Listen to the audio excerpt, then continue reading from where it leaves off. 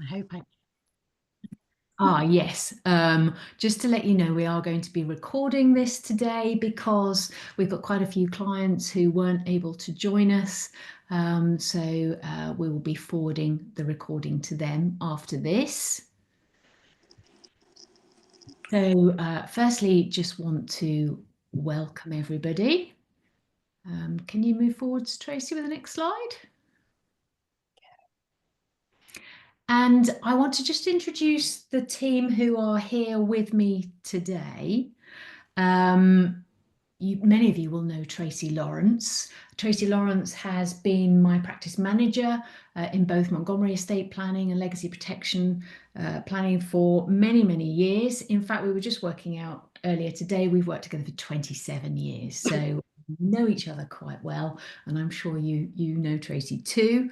I also want to introduce you to Ian Hancock. If you can see him just down the side of your screen there, Ian's just waving. Ian is our COO in Montgomery. He's been part of the team since we started Montgomery, and he looks after our investment proposition, and he looks after all our compliance aspects as well. And he is a very valuable resource in our team. I also want to introduce you to Steve Oliver. Can you give us a wave, Steve? Those of you who've been part of legacy protection webinars in the past will have met Steve before. He is my co-director in the legacy protection business, and he also runs the Will Company. And again, a very valuable resource given the sorts of bits of advice that we're giving clients. So a couple of housekeeping points. Could you please make sure you are on mute? I could tell you some stories. So it's probably best if you just make sure you're on mute here. If you would like to ask questions, you will notice that at the bottom of your screen, there's an icon that says chat. And if you click on that, you should be able to have the option to send messages specifically to Ian. Ian Hancock is on that list there. And if you've got any questions, please do forward those to Ian during our webinar. I think it's unlikely that we're going to have time to go through answers to questions, but we will certainly address them after the webinar is finished and circulate the answers. So, Tracy, next slide, please. Our agenda for today. Firstly, I'm going to pass you over to Ian in a minute, who's going to give us an overview of the key changes in the budget. We're then going to chat about capital gains tax planning in the light of these changes. We're going to also consider inheritance tax issues post-budget. We're going to think about pensions because they featured and the things that we need to be aware of there. And then we're going to be thinking about what might happen next. Ian is going to talk about potential future budget measures that we might be facing. Then I'm going to cover actions and the next steps.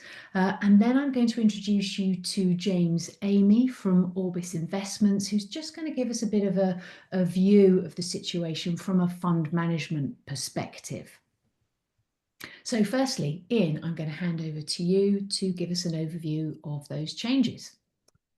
Thank you, Katie, and good morning, everybody. What I'm going to do is just canter through this because this is the overview of the key changes that happened in the budget. So I won't go through all of the changes, there are others, and also there's some detail as well, but I'll try and just flick through the overview of the main changes. And if I start with capital gains tax, that was well trailed before the budget that was going to likely be increased.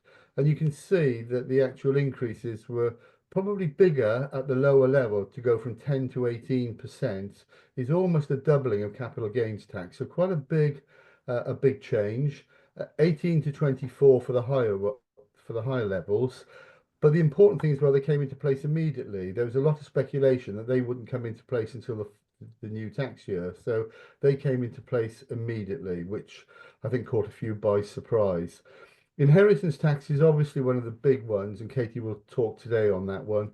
But those thresholds have been frozen until 2030. So that again is another 6 years away from where we are now with the frozen threshold. Interestingly, this morning there was an article that some of you may have seen it that was a report produced by JLL, the property company, that are predicting an increase in property prices from now to 2029. So that's even before this, of 20%. So property values are going to go up by 20%. That's going to pull even more and more people into the payment of IHT.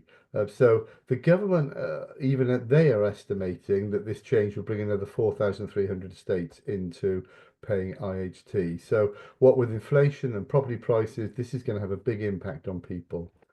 The next change related again to pensions is a significant change in that pensions will now fall into people's estates from April 2027, and that includes company and personal pensions. So a massive change and will have a significant impact on quite a large number of people. So Katie will talk a little bit more about that a bit later.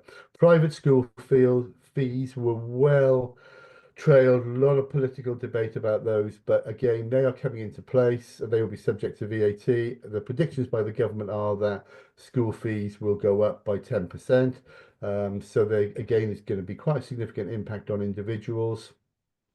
They reckon somewhere in the region of 37,000 students will either leave or not enter the private sector, and about 35,000 of those will enter into the state sector. So they'll have a big impact.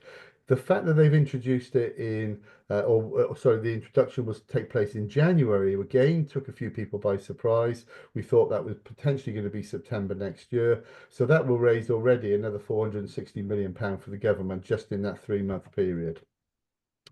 As far as business relief is concerned, this is now going to reduce from 100% to 50% for shares that are termed as being sort of high risk. This is more at the high risk end of the market, on the markets of the alternative investment market and schemes such as enterprise investment schemes. So again, that's a change for those people who are either invested there or may consider investing there. National insurance, everybody's seen that one. That's the big one. I think that was the £25 billion tax grab, and we've seen that raised now to 15%, and we see the threshold reduced as well. So a massive increased burden on businesses to pay that, and I think, say no more, there's been a huge amount of press coverage on that one. Stamp duty land tax has gone up to 5%. And again, that brings into question the value of second properties, certainly as far as rental income properties are concerned for pension planning, and Katie will mention that one as well. Agriculture, sorry, before I get to that, minimum wage, that's gone up to £12.21. That's a good news story for those people who are on the minimum wage. That's now moved up quite significantly. And probably last but not least is the agricultural relief change, where there's a new tax rate on agricultural assets that are valued over £1 million. That will have big impact on people. They say the numbers are relatively small, but I think it still has a significant impact, where the Department of the Environment, of Food and Rural Affairs are saying the average income for these farmers is £72,000. So to have £72,000 and then be having to pay a huge amount of IHT means they've even got a scheme now where the interest payments will be made over a 10-year period, and the interest rate will be somewhere at 9%. So big change, a lot of political debate over that one as well. So those are the key changes. If I can ask Tracy to move to the next slide, and of course what we've all seen, and we're all really pleased to see that a penny has come off the pint of draft beer. So despite all the doom and gloom, hey ho, we can have a pint now at a penny cheaper. So, and the other good thing, on a more serious point, I suppose, is that fuel duty was frozen. But anyway, so those are the key sort of changes. Without dwelling on those, I think the important thing is now, what are we going to do to be able to help you mitigate the pain of some of these changes? So I'll hand you back over to Katie, and she'll now pick up what those will be. Well, if your local's anything like mine, Ian, they put the price of a pint up by 10p the day before the budget.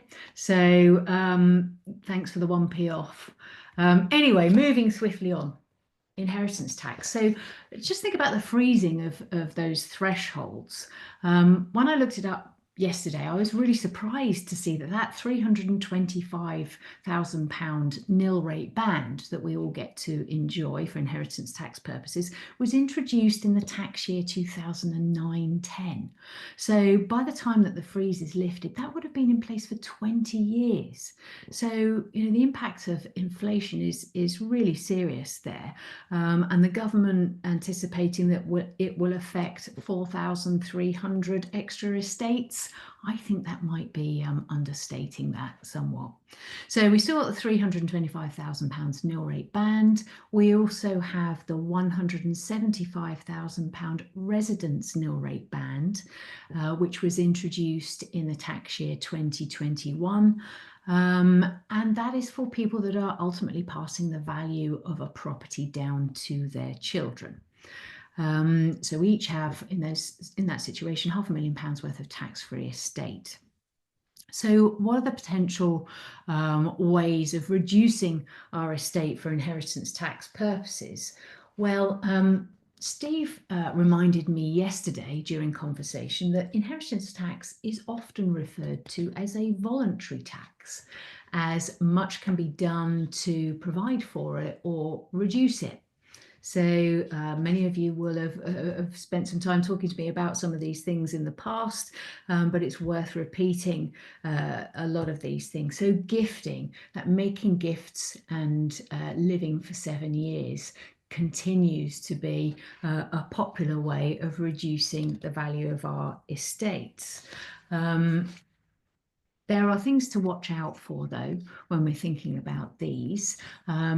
Making gifts through trust, which are called chargeable lifetime transfers, and making outright gifts to people, which is called potentially exempt transfers, they don't mix too well.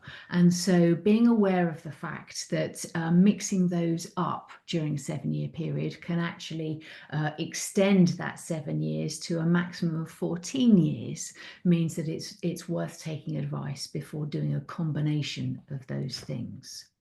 Also, I find that taper relief is a confusion for a lot of people. People say to me, oh, it's okay, Katie, because the inheritance tax will be going down in relation to that gift over the 7 years. That's actually only if the gifting is in excess of £325,000 in any 7-year period. So while some of my clients are making those sorts of gifts, most of them aren't. So taper relief wouldn't apply. Making gifts out of regular income that don't reduce our standard of living is a very popular but underutilized exemption, believe it or not. I say very popular to talk about with my clients, but I think overall still underutilized.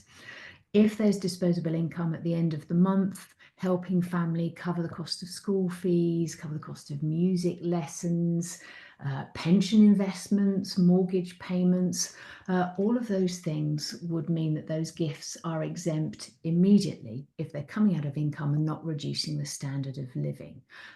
Careful planning is needed, careful documentation is needed, and please feel free to talk to us if you want to incorporate this in your planning. But it's also important to just understand what income is. And I've had discussion with one of my clients sitting on this Zoom this morning about what constitutes income. Just double check that you have the right understanding, because taking withdrawals from ISA investments or taking 5% per annum withdrawals from investment bonds does not count as income. So come and ask for advice if you need it.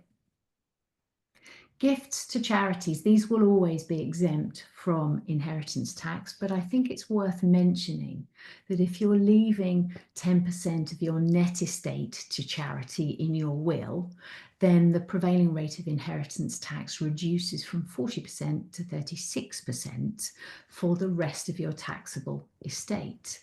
I've talked to clients about charitable trusts before, and they can be a very good way of allocating funds for philanthropic purposes. And if that's something you'd like to find out more about, then please let me know. Using trusts and investment bonds for inheritance tax planning is something that we often talk to people about. But let me just clarify what an investment bond is, because I think this is going to become more of an important tax planning wrapper in the days to come. An investment bond is a single premium investment that's divided into multiple segments. It gives access to all of the investment funds that are available in the Montgomery investment panel. You can take up to 5% per annum withdrawal from an investment bond without triggering any income tax implications. And if you don't take your 5% per annum, then those are cumulative. So 5 years down the road, you could go and take 25% of the original investment value without triggering any uncomfortable tax implications. You can gift those segments to other family members, and if they have a lower rate of income tax, that could be useful.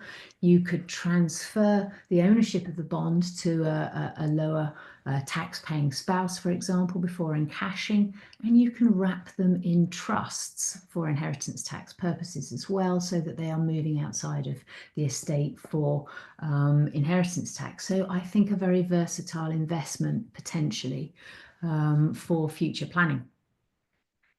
Whole of life insurance. This is an interesting one. I've talked to many of my clients about this, but just to clarify what I'm talking about in relation to inheritance tax planning, I'm talking about, for couples, joint life second death insurance. And this is the ultimate savings policy for your children. We have several clients at the moment who are applying for whole of life insurance and going through the underwriting process. Just to give you a little case study here, we have clients who received rates from the insurance company last week, and their premium would need to be paid for 99.5 years before the amount they've paid in premium equals the amount that will be paid out tax-free to their children. So you can see what the extent of that might look like. They can be incredibly good value for money if you're insurable. The maximum age tends to be 82. I think that's right, Tracy, isn't it? It is. So if you're feeling insurable and you're under the age of 82, then it's something worth talking to us about, perhaps. So pensions, well, obviously, as Ian's already alluded to, they are going to be part of the inheritance tax calculation from April 2027, which is a huge change. So what should we do and what should we be thinking about? Well, I think considering accessing the tax-free cash and investing it in trust to remove it from the estate, that's an option for some clients. Using it to make more gifts to family, taking greater income from pensions and using that to fund the cost of gifting out of regular income or fund the cost of whole of life insurance premiums. That's another good option, perhaps. We'll be sending details of the Montgomery Retirement Income Plan, which is a way that we help clients to develop strategies for taking capital and income from their pensions in retirement. So if attitude to risk allows it, considering investments into AIM share portfolios and enterprise investment schemes can help to remove assets more quickly than 7 years from an estate, but we would only tend to be including these in the suite of solutions for a client if their attitude to risk is at least 8 or 9 out of 10 on our risk scale, because they are a lot more risk orientated. I think you can see that there are multiple ways potentially to plan, and taking advice is always going to be important. Tracy, can we have the next slide, please, where we're going to just be considering capital gains tax planning options. So we've seen capital gains tax relief reduce quite considerably over the last couple of years. It was £12,300 each per year a couple of years ago, and it's now down to £3,000 per annum. But it's still important not to forget that relief. We are certainly helping our clients to manage that in their Transact portfolios and use as much of that relief as possible. We did that before the budget for clients where it was possible to use that in case the relief was pulled altogether. It's controversial, what I'm going to say next, but I'm going to say it anyway. How about paying some of the tax? I know that lots of my clients are sitting on large share portfolios or general investment unit trust portfolios that have got big capital gains tax burdens. But let's be honest, is that going to improve? Probably isn't, is it? So on death, capital gains tax converts to inheritance tax. So we've got to ask the question, is it worth paying 24% capital gains tax on part of a portfolio for the opportunity of repositioning that capital into funds that are a lot more appropriate, that won't be triggering capital gains tax issues in the future? And moving that part of the portfolio outside of the estate by wrapping it in trust, for example. As I say, capital gains tax is still lower than inheritance tax, so maybe paying that is better than leaving the portfolio until our children have to pay inheritance tax on it. So I've just alluded to investment funds there, and particularly I'm talking about multi-asset investment funds, and all of our clients here in Montgomery will know all about sale James Under, because we can be talking about that in more detail, but we feel they are crucial as a way of keeping portfolios properly diversified without needing to go in and manually rebalance them. When we established the Montgomery investment proposition for our clients, we made the decision to focus on risk-targeted multi-asset funds for exactly these reasons. Moving on now, we need to ask the question, are we invested in the right tax planning wrappers? I'm going to just talk about what a wrapper is. A wrapper is a tax planning investment opportunity, but they all have different tax rules. For example, ISAs, pensions, investment bonds, they're all tax wrappers, and they're all available on various platforms. They're certainly available on our Transact platforms, and they are the way that we build portfolios for our clients. So we've just talked about investment bonds. They're definitely a go-to wrapper for inheritance tax planning and potentially for capital gains tax planning too. Pensions, well, we've still got tax relief at our highest rate on pension contributions, and the maximum input amount remains at £60,000 gross per year. We can still use carry forward allowance for unused relief over the last 4 years, and we can still access the full 25% of a pension pot tax-free. So they've got to be part of our consideration over the next couple of years. And if there's opportunity to make more investment into pension, then it's certainly worth doing that. ISAs, well, ISAs are a great way to invest £20,000 at the moment in a tax-free environment, and we always recommend to our clients that they take advantage of that if they can. But I'm going to say something controversial again here. They're brilliant during working life for accumulating tax-efficient savings, but they do nothing for estate planning because they just all add to the 40% tax liability. And so for some of my clients, releasing funds from ISA investments, again, putting them in trust or making gifts from it, could be more helpful from an estate planning perspective. It would be remiss of me to be talking about capital gains tax planning and not touch on those second properties, because so many of my clients love the second properties and buy-to-let portfolios. But actually, with the reducing capital gains tax relief, with capital gains tax on the increase potentially, with the income tax rates potentially going up in the future and the increase in stamp duty land tax, do we really want more second, third properties? I would argue that there are better and more tax efficient ways of generating income in retirement than owning multiple properties. Good to have the discussion though, and always happy to do that. Bonds, investment bonds, for example, I think answer some of those questions, and again is the go-to wrapper. So again, multiple considerations here, and taking advice is really important. I'm going to hand back over to Ian now, who's going to talk about what might be coming down the line. Over to you, Ian. Thanks, Katie. So yeah, the big question, what's coming next and where is all this going to end? Now before the budget, I think we all got used to the phrase of having to fill the 22 billion pound black hole. I think that was a well coined phrase. So that has now technically happened. And since the budget over the last few days, the words that we've now heard are the slate has been wiped clean, is what Rachel Reeves refers to. So we are now at the point of equilibrium, but with all of those spending pledges that have been made, where's the money potentially going to come from? And that is a key question. So what I'm going to do is put a very little health warning on what I say next, and I'm going to use an example to say why I'm putting it on there. That this is speculation. This is not, and I don't have any insider knowledge at all. This is speculation from the media and all those sources. And the reason I'm going to put an example in is it's related to tax-free cash. Now, there was a huge a lot of speculation that tax-free cash was going to be tinkered with in this budget.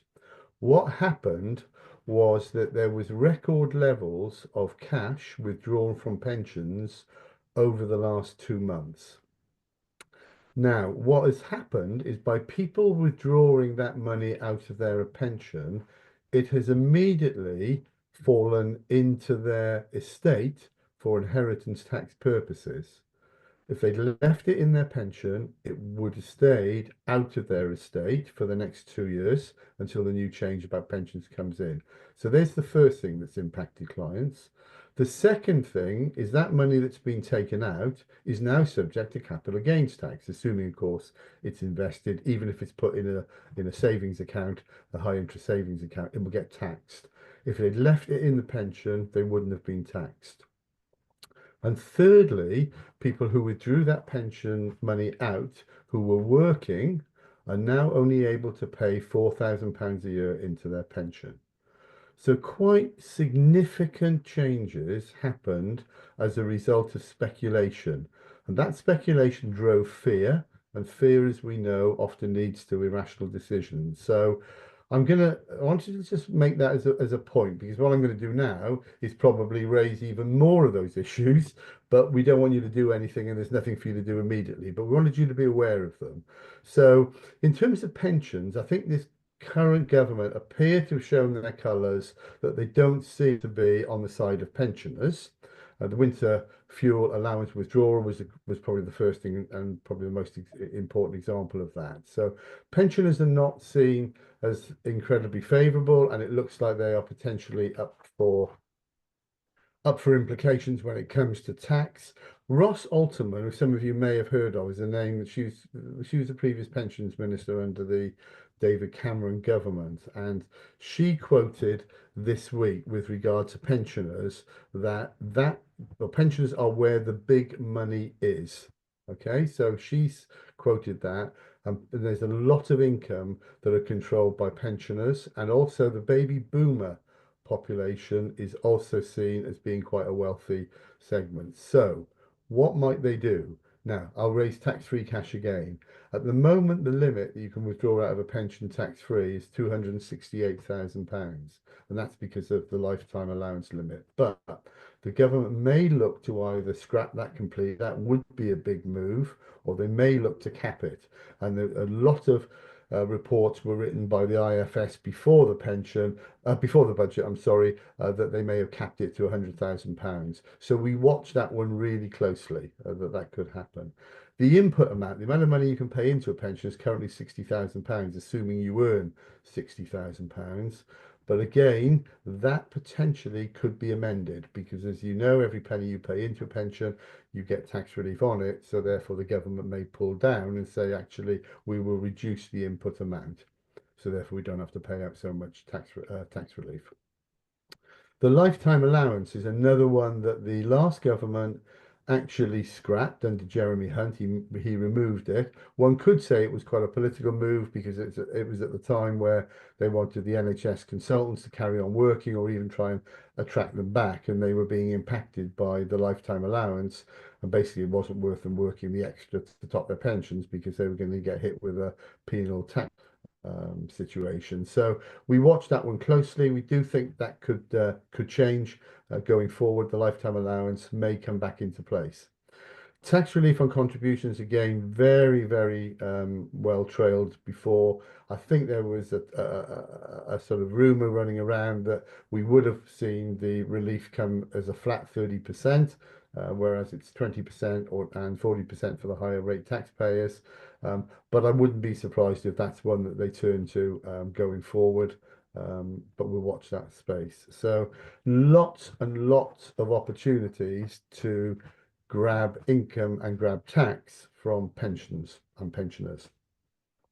As far as taxation on savings and investments are concerned, yes, that's another area that they could target. That could be, for example, tax on interest savings that are already, it's quite a low threshold there, but who knows, that could even get reduced even further or scrapped. So that's a potential. Dividend income as well is another one where the gains reduced over time, but it could come down even further as an opportunity to secure more income tax.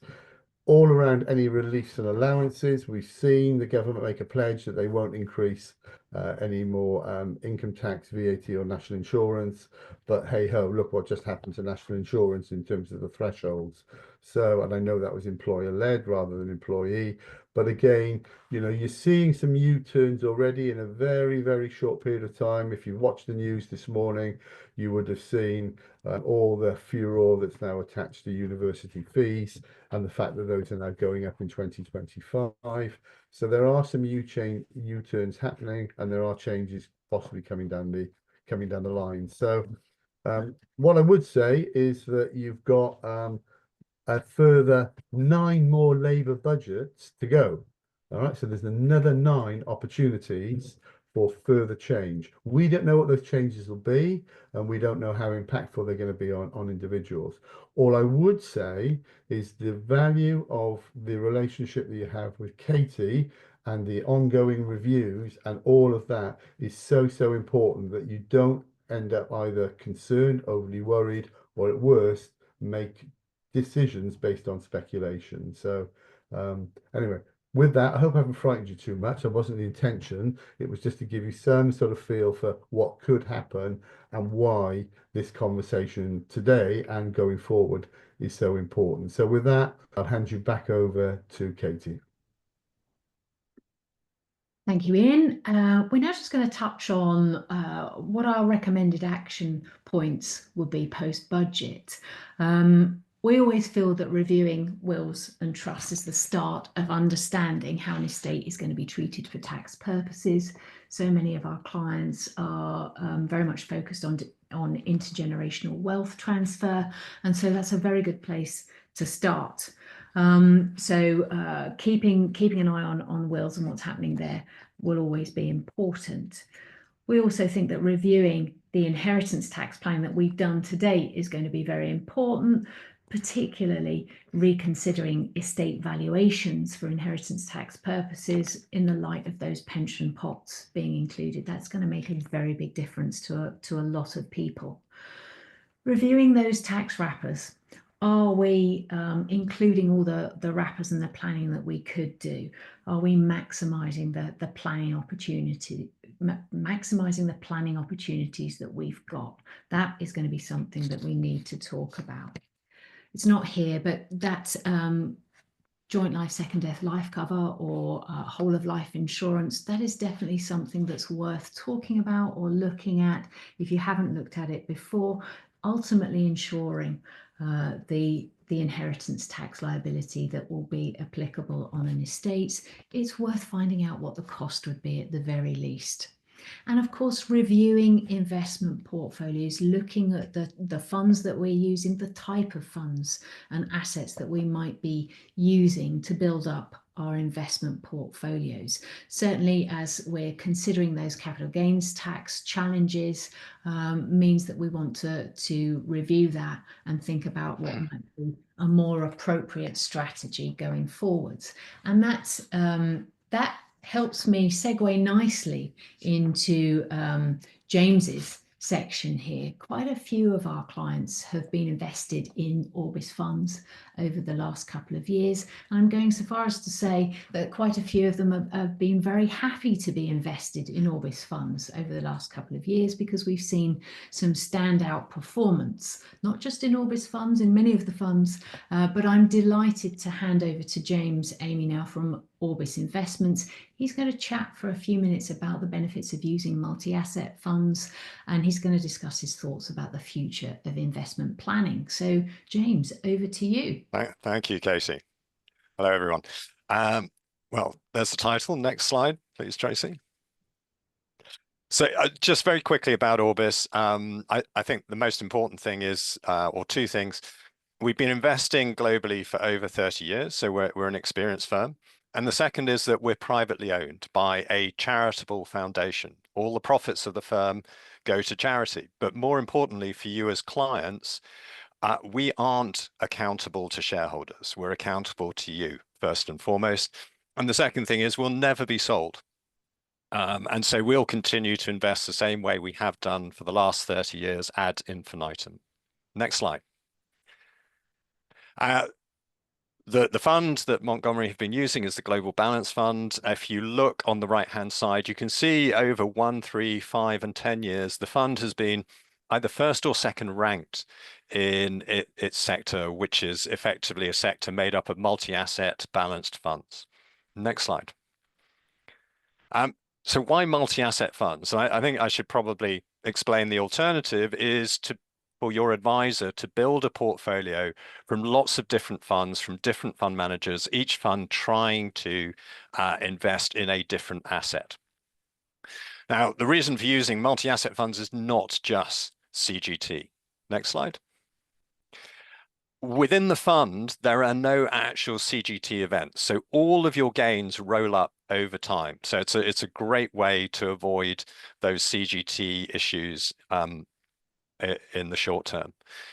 We're also able to move very quickly to reposition the fund to take advantage of different environments and protect from risks that we think are potentially going to reduce the value of your investments. Within the fund, we're also able to trade much more efficiently. When we decide to trade, we can do it immediately, and we can do it at very low cost. So that's less cost for you. And we have a fully audited track record. Now, if you're trying to compare portfolios built up of lots of different funds, it's very, very difficult to do. Within one fund, it's very obvious.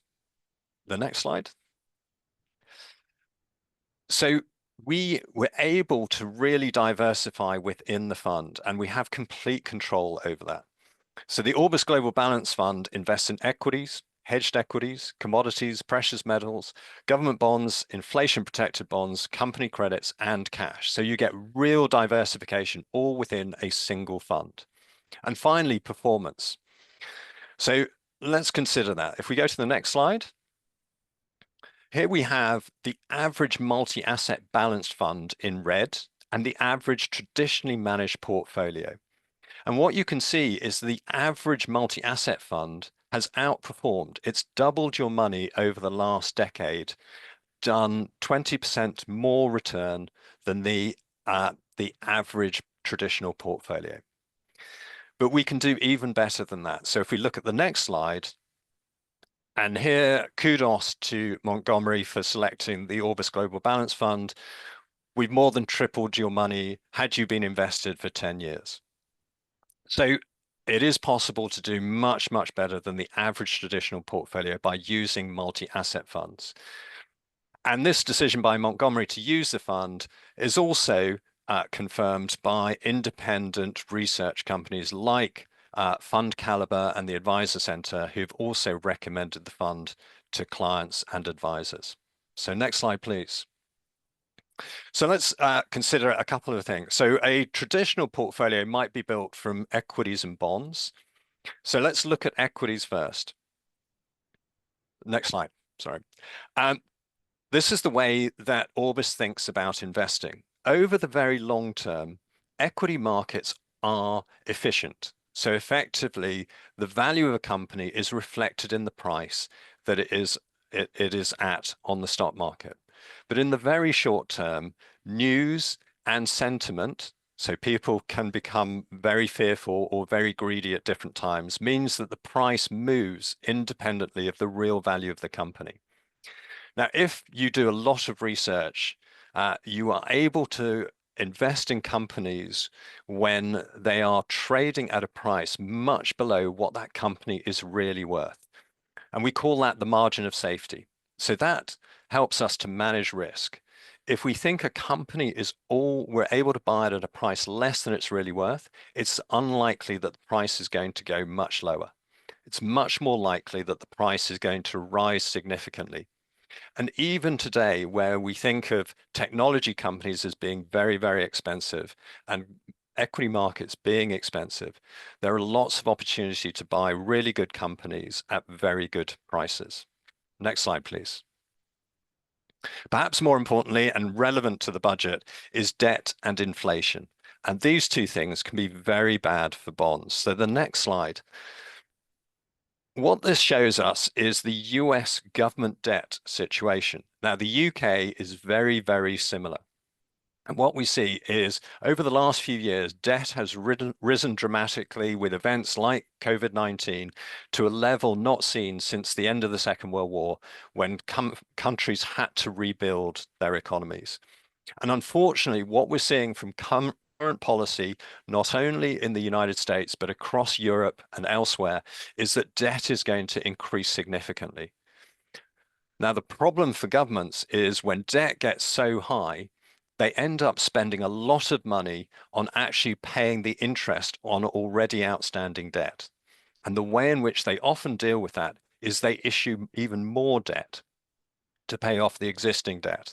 So the debt pile just keeps getting bigger and bigger. So bonds there are more and more bonds supplied to the market, and therefore the price falls. The next big problem is around inflation. Next slide. And what we've seen over the last 20 years is that inflation has actually been at the level that most countries wanted it, around about 2%. But unfortunately, what we're seeing now is a big change, a shift in what's happened over the last 30 years to go into reverse. So we're seeing strikes happening and people being able to exert labor power for higher pay. So we get wage inflation. The end of globalization. So COVID-19 saw those supply chains, the global supply chains break down. And so lots of countries are trying to bring production back home, which in many cases is going to add to inflation. We're also seeing the energy transition. So we're moving away from traditional fossil fuels to renewable sources. And at the same time, we have to rebuild the grid infrastructure that delivers electricity to our homes. In the West, in the US, that grid infrastructure is typically about 10 years older than it was originally designed to be. So all of that has to be replaced over the next 10 years. That's going to add a lot of money.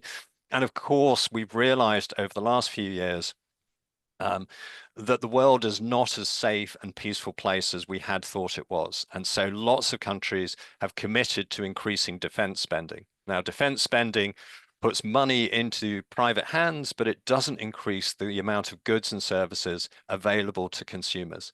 So again, that's another inflationary impulse. And so we think inflation over the next few years is going to be much higher than it has been in the past. And in order for us to invest, we need to expect much higher returns to maintain the real value of our investments and our money today. So we go to the next slide. So what does that mean for actual portfolio positioning? Next slide, please. So what it does mean is that government bonds are not going to provide the protection and the real returns that they have done in the past. And so we have to invest differently. And things like gold, corporate bonds, inflation protected securities, and hedged equities are going to give us the protection and the returns that bonds used to. And finally, we're going to have to look much more closely at the sort of equities that we own. So if we look at the next slide, And these are the kind of companies that are going to do extremely well over the next few years. So I already mentioned the fact that we're looking at this renewal of the grid infrastructure through the energy transition. So companies like Mitsubishi, Siemens, Prysmian Group are all beneficiaries of that big, big change in government spending. Aerospace and defense companies, particularly in Southeast Asia and the UK, are part of the portfolio. And if we are going to see this huge technological change with AI, we think the best place to invest is in the companies that actually manufacture the chips, the semiconductors that make AI possible. So we have a portfolio today of about 24, 25 different companies. They're all very attractively priced, but have fantastic futures ahead of them over the next 10 years. Next slide. So really, in closing, this is the fund. As I say, we're privately owned. We hope that what we've been able to produce over the last 10, 15 years will be able to repeat over the next 10 to 15 years and beyond, to the benefit of all you as clients. With that, I think that's my last slide. Thank you very much. Thank you very much, James. Very interesting. I think it's important that I just mention a couple of things after your presentation, James. The Montgomery Investment Fund panels have between 70 to 80 funds at any point in time, all of them multi-asset, most of them risk-targeted multi-asset as well. We're not affiliated to Orbis, we're completely independent, and there are lots of other very good performing funds. The Orbis Global Balanced Fund sits sort of 5 or 6 out of 10 in our portfolio. So if that is your attitude to investment risk, you will probably have seen this fund feature in recommendations over the last year or so. Thank you very much, James, and thank you everybody for joining us today. We will be sending out a little bit of follow-up information about the multi-asset funds, about the Montgomery Retirement Income Plan, and about investment bonds too. But if there's anything specific that you would like further information about, please do let us know. And we will be answering your questions as you sent those to Ian. We'll be circulating the answers to all of those questions to everyone that's been here on our webinar. And if you want to see it all again, then please let me know, because we've got a recording. So it just remains for me to say thank you for joining us, and goodbye from the team.